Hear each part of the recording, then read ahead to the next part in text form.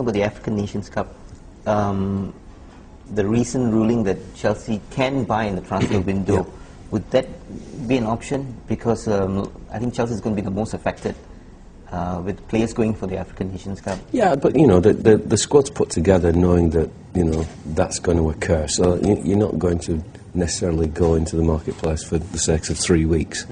You know, January is never the most obvious time to start rebuilding the squad. Most players that you're looking for only become available in summer.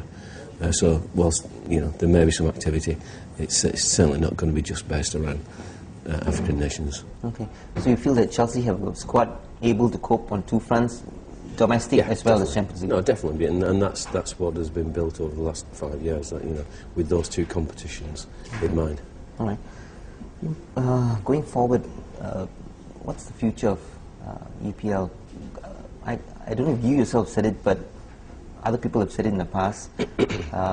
Could it be a European Super League, the way the Champions League is headed right now? Is that the future? No, I mean, I think, you know, what we've got a very, very strong domestic league. We've also got I think we've got the European Super League called the Champions League. Yeah. I mean, clearly our fans want the best football, and, you know, I'm not sure anybody's looking to play, you know, Real Madrid 5 or 6 times a season. I think this complementary competition is what everybody's looking for. The two really top-class competitions. They're well-run, they're well-respected. One complements the other. So, you know, I don't think there's going to be. I think there's a lot of concentration on making sure that we keep the standards, we keep the product where it is, and we continue to look at ways to reinvest to make sure that we stay there. Sure. So, I don't think there's going to be these radical changes, because I think we've got two of the best competitions in world football already. Okay. You know, it's arguable. People say that EPL is the best league in the world. It's definitely the most watched.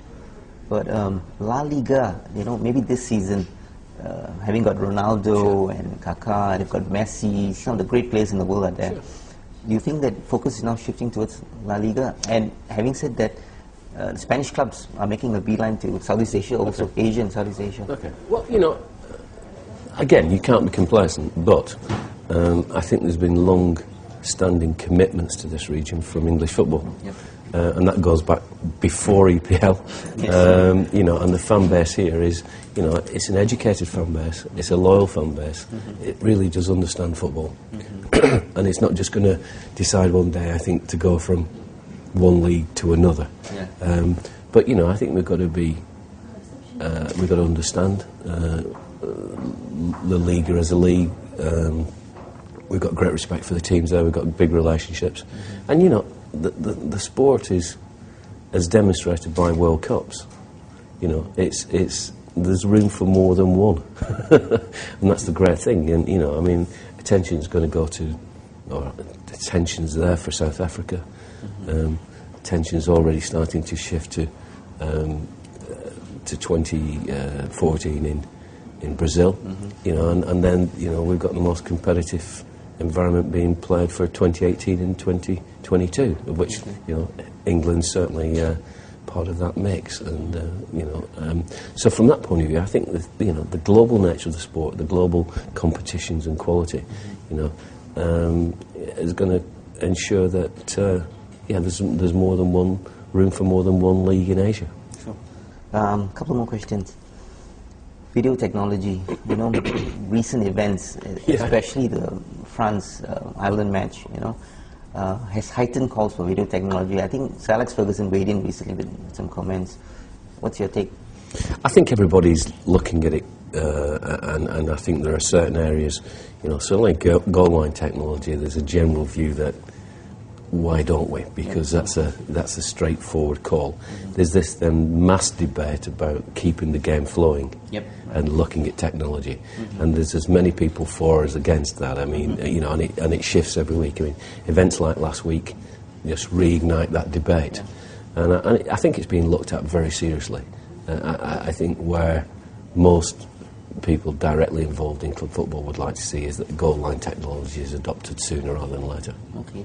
would having more match officials be helpful? Well, that's being trialled at the moment, and I think, you know, we'll have to see the results of those trials before we comment.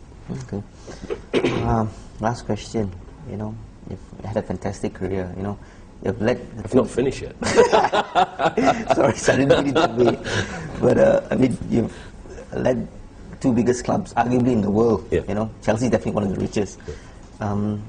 Any regrets? I mean, I don't know. For me personally, if you go back in time, 2003, any regrets leaving United, say going to Chelsea? No, I've had, quite honestly, no.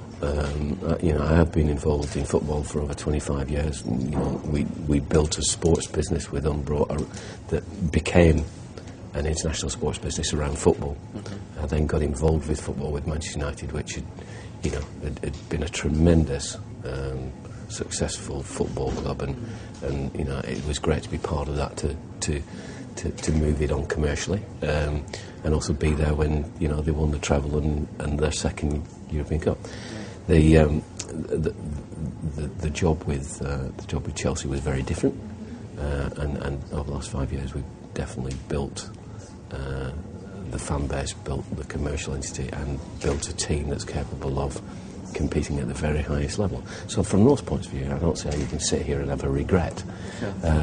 So the answer to no. And every one of those events and every one of those days brings a different challenge.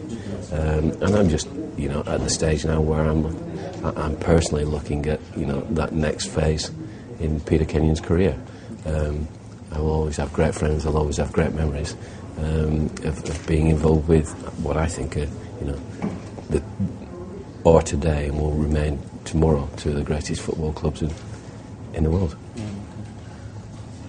The result you look forward to over the weekend, the first result, go on, you turn the back pages. Well, you know, Chelsea, because I'm involved, that's obvious, and Okay. you know, and a lot of the team that are there have been instrumental in bringing in or developing or being part of it, and you know, and therefore, you know, you can only really be involved in that level and be completely absorbed.